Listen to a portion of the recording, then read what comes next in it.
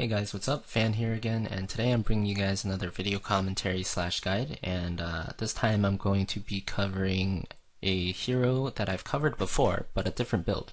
So I'm going to be covering Tassadar today, and the build I wanted to talk about was the, fairly new, I want to say. Maybe it popped up around a month ago or so, but it's a Tassadar build that's called the Double E build, otherwise known as Racecar Tassadar. Now basically what this build entails is at level 13 you get Prescince. This gives you, a second dimensional shift that activates when you're below 15% HP. This is where the double E, stands for. This gives you your second E. And level 16 you're going to want Dimensional Warp, which gives you 50 movement speed and a lot of HP while you're in Dimensional Shift. So level 1 for this build you're going to want Conjurer's Pursuit.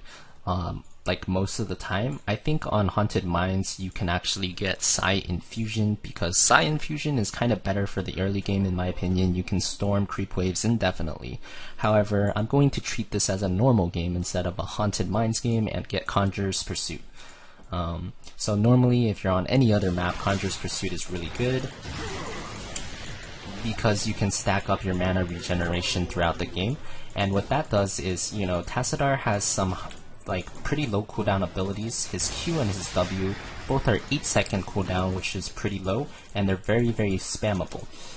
So basically what you want to do is you want to spam your Q and W on cooldown. You can see I've already used my Q twice on this Rainer, and now I'm going to use my W twice, and it hasn't even been a minute in the game, right? So very, very spammable skills, and that's why Conjurer's Pursuit complements the build very nicely, because as you move towards the mid to late game of really any map, you become a lot more mana, or I guess I should say, your mana regeneration becomes a lot better, and it allows you to just constantly spam both of these spells. Now the main difference this build has with the Double Storm build, which I actually prefer personally, is that Double Storm, generally you're going to go Side Storm range increase at level 1, and when you go that, you don't have the mana bonus mana regeneration, right? So when that happens, you don't necessarily want to spam your Q all the time, because if you spam your Q all the time, you're going to run out of mana and not be able to utilize your Double Storms as often. So that's where this build kind of, starts to differ from the Double Storm build. Obviously this build is more of a supportive build as well, because you cast your Q more, and you also get, well, you can get Healing Ward at level 4 for Double Storm build as well, but this build offers a lot less damage. Obviously Double Storm build is kind of, as I said in my earlier videos, it offers you the damage output of pretty much like a ranged assassin hero. This build doesn't offer quite the same damage output, but what you trade for that damage is basically infinite sustain.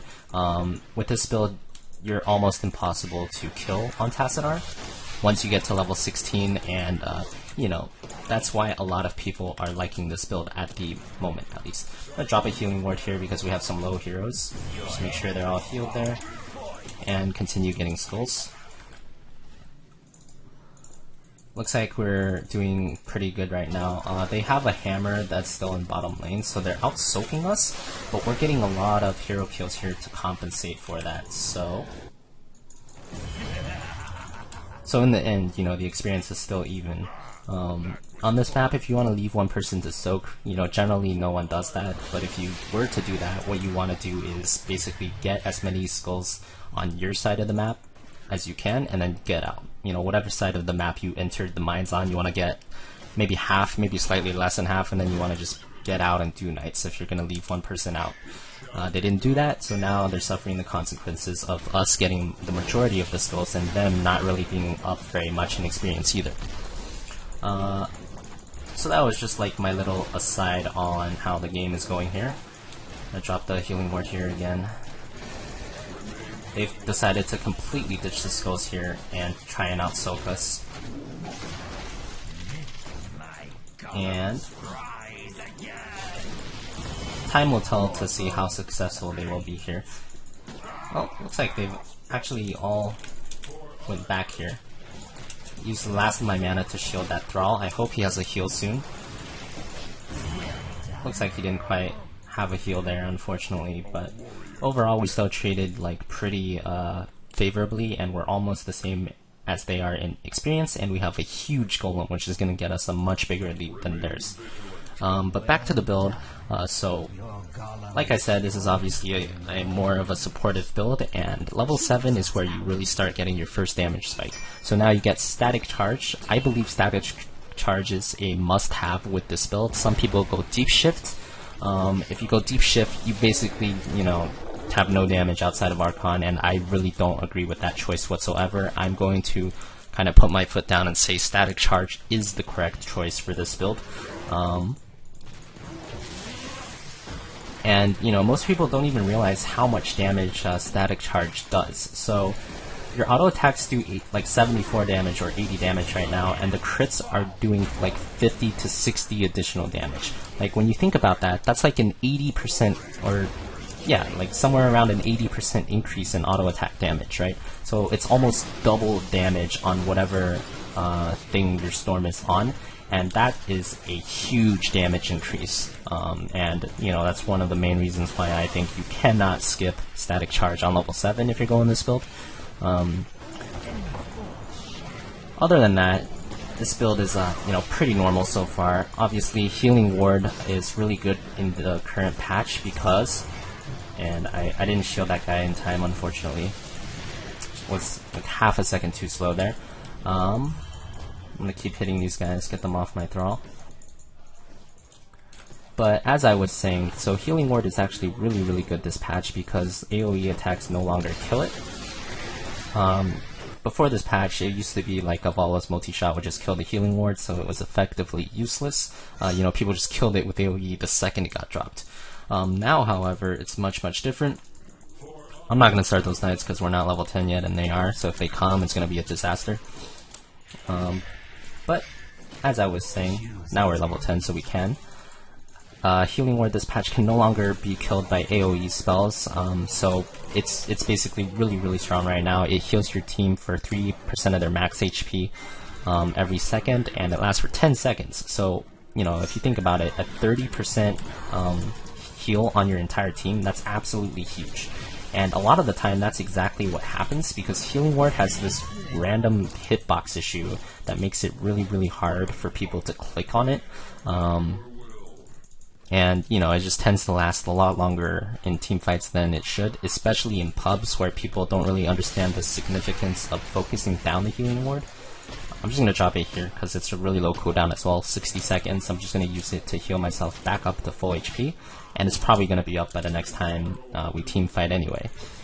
So yeah, that's about it for Healing Ward. That's all I had to say about that.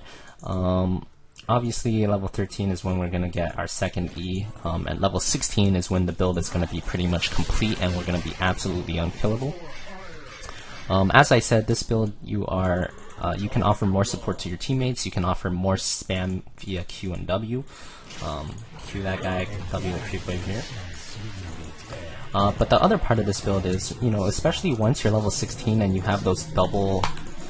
Looks like they're fighting here. I've been web wrapped, hence that completely awful noise.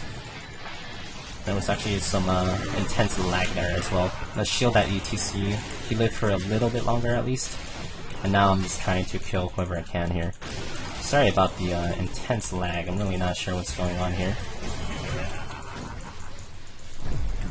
I'm really not too worried. I'm actually... Oh, wow. So I guess I didn't skill my... I wasn't level 13 there. For some reason I thought I was level 13. But yeah. So it looks like they did manage to win that fight. There was a lot of lag in that team fight. I probably didn't do quite as much as I could have.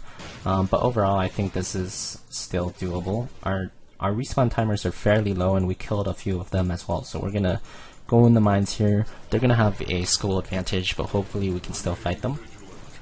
I'm gonna go top because that's where the majority of my teammates are. Maybe we can get this tank kill. We did, that's good. Alright, so now I finally have Prescince. I thought I had Prescince there for some reason, which is why I didn't activate my E. So now we're a little bit behind here. But I think we can still manage to do okay. So that Illidan's coming. I'm going to shield myself. We managed to cut him off here, but we don't have a lot of lockdown. We forced them out of the mines, which is good enough, I guess, because we have a chance to flank his teammates here. I'm going to start going on the squishy targets here, and dodge that stun, go out with her, and just one more. Managed to kill her, managed to kill Illidan as well. And now, I'm just gonna clear this wave real fast because they are down 2 people, so we're almost certainly gonna win that fight. We come down to this fight here, check out what's going on. See a hammer there, hammer's running away. And it looks like everyone else pretty much ran away, so now we should get the skulls. Or have they? Looks like there's a new rock here. Got out with literally no HP. Wow. I'm gonna see if I can see him there, and yeah, we managed to kill him. So back to talking about this skill build here. Obviously, level 13 you get your double E.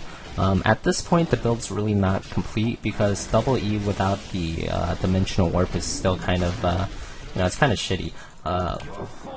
Your E's not, it doesn't have the speed increase yet, it doesn't, last longer, it's just very, very weak until you get level 16. But at level 16 is when this build really hits the big power spike. And as I say that, I need to make sure my Rainer player does not die. Just barely managed to shield him there, drop a healing ward, pop Archon immediately because he did get someone into that dance there. Shield my allies again, and at this point I'm just gonna start the night camp. This is actually kind of risky. We should probably back out here, unless we get more teammate support. I'm gonna go into the middle of them and start targeting the squishies here.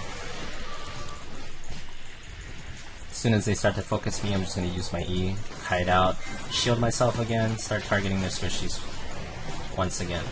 And this is basically what a double E Tassadar does. I'm gonna try and shield that ETC so he doesn't die.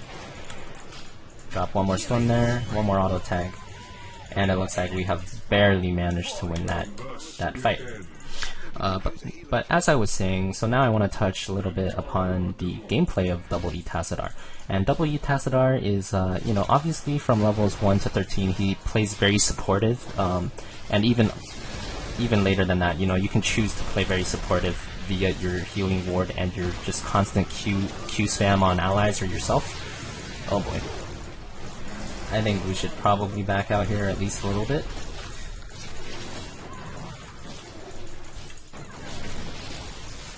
Managed to make them back out there as well. I'm gonna signal the back here because I'm a little worried they might go on us.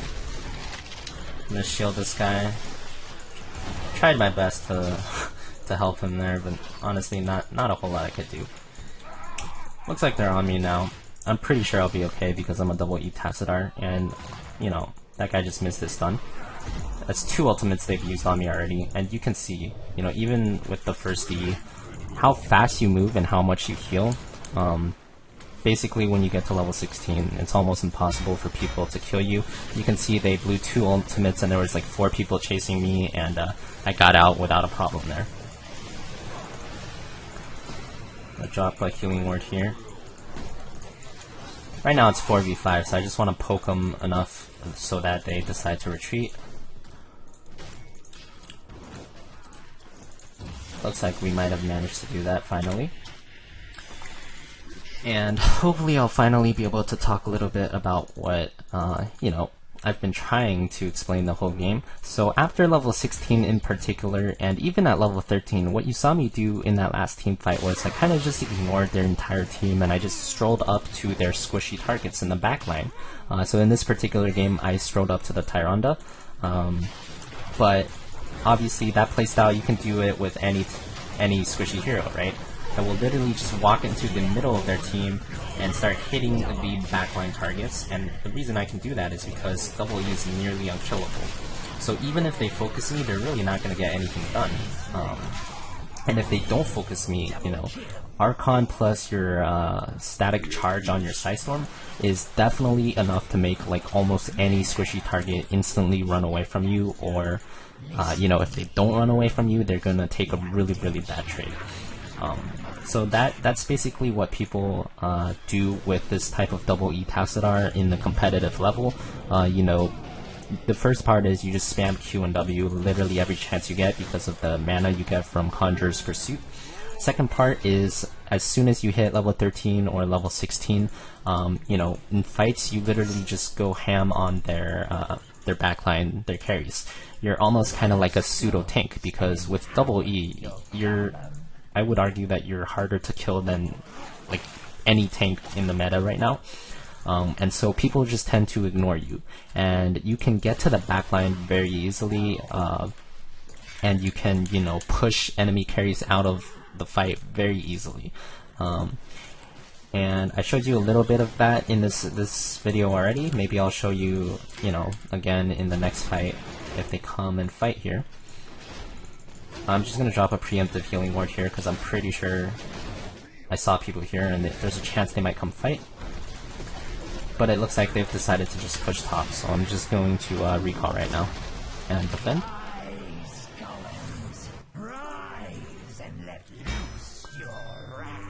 And looks like they're too scared to even push in here. Oh, found an Illidan. I'll follow him around here. BFG was used. Metamorphosis was also used, so now they're at a really big disadvantage. We have 100 Skull Golem, and they're down 2 ults basically, and we still might catch one of them. No, not quite. Alright, so they're trying to kill me. I'm basically just gonna bait this because once again I have double E and shields. I am absolutely not afraid of dying. I'm gonna pop my Archon here. Trying to get to their squishies. I'm gonna walk into the dance to force that guy to fight me, but you know, at this point, they did what they could there. That was actually their best course of action. They wanted to fight us, you know, far away from our 100 Skull Golem, but because they only managed to get an even trade there, they're pretty much just gonna die to this Golem. They don't have enough DPS to burst it down whatsoever. And yeah, I mean, that's about it. You can see neither side really had a real support, but Tassadar still does a significant amount of healing just by spamming his Plasma Shield and dropping Healing Ward, you know, every 60 or 90 seconds or whenever you can, basically. Yeah, that's about it. At level 20 for this build, you do take Twilight Archon. At level 20, when you, you know, go next to a carry and static charge them with a Storm and then go Archon, you basically can like 3 or maybe like 4 or 5 shot carries if they don't run away. So it's very strong at level 20. This build is kind of like, you know, at first it's a supporty build because you can kind of spam your Qs everywhere, but the later the game goes on, you know, once you get to level 16 and especially level 20, you basically become kind of an assassin even. You can go to the enemy backline very safely and you can basically just burst them down. Or at the very least force them away from the fight. So that's why this build has been popular in North America. I think it's only popular in North America right now. I don't think the EU or Asian scenes really use it, at least not from what I've seen. And personally, I actually prefer Double Storm build more than this build as well, but you know, I thought I'd share this with you guys because this is a very popular Tassadar build that's in the competitive scene right now. And yeah, other than that, there's really not too much else to say. I guess one tip would be that you know, once you get level 16, you can pretty much use your E as kind of a first aid. It's a 20-second cooldown and it heals you for like you know, I don't know, like 700 HP or something late game or more. So you can basically, you know, if you know you're not going to be fighting for 20 seconds and you're kind of low on HP, you can just tap E and treat it like first aid with a 20-second cooldown. I didn't really show you guys that trick in the video, but you know, that's something to think about. If you want to use that in the future, that's cool too. And other than that, thanks for watching, guys. That's about all I have for this video, and yeah, other than that, if you have any comments or questions, feel free to leave them in the description below, and make sure to subscribe to the channel, because I'm going to be coming out with a lot more cool videos.